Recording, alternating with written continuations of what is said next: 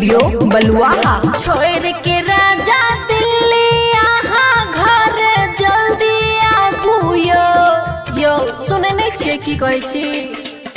छोड़ के राजा दिल्ली यहाँ घर जल्दी आबू यो आ बलुआहा से सहरसा सैया टेम्पू चलाबू यो। बलुआहा से सहरसा सैया टेम्पू चलाबू यो। 2 रुपया भले कमे कमैबै संगे जिंदगी बिताबू यो। खगड़िया से मानसी सैया टेम्पू चलाबू यो।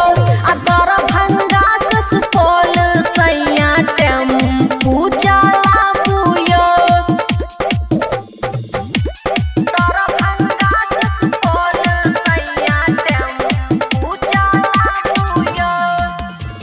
खगड़िया से मानसी सैया टेम्पू चलाबू यो। मिक्स बाय अमन अक्के। जब गाड़ी यहाँ चला के यो कर देब मालिश टांग देबे के यो।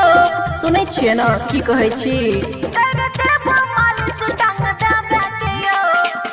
जब गाड़ी यहाँ चला के यो कर देब मालिश टांग देबे के यो। लोन पर मिलै छै बुकिंग जल्दी से कराबू यो।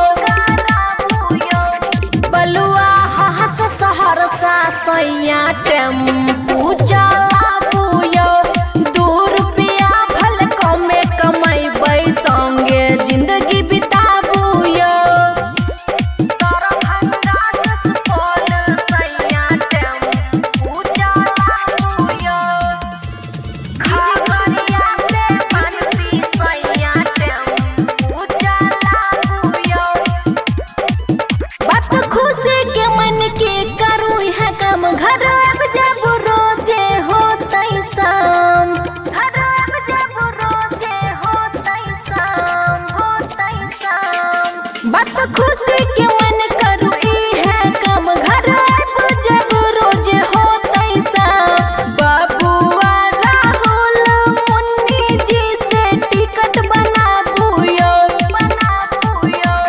कंदाहा से बलुआहा सैया टेम्पू चलाबू यो। 2 रुपया भले कमे कमैबै संगे जिंदगी बिताबू यो। खुशी रिकॉर्डिंग स्टूडियो बलुआहा।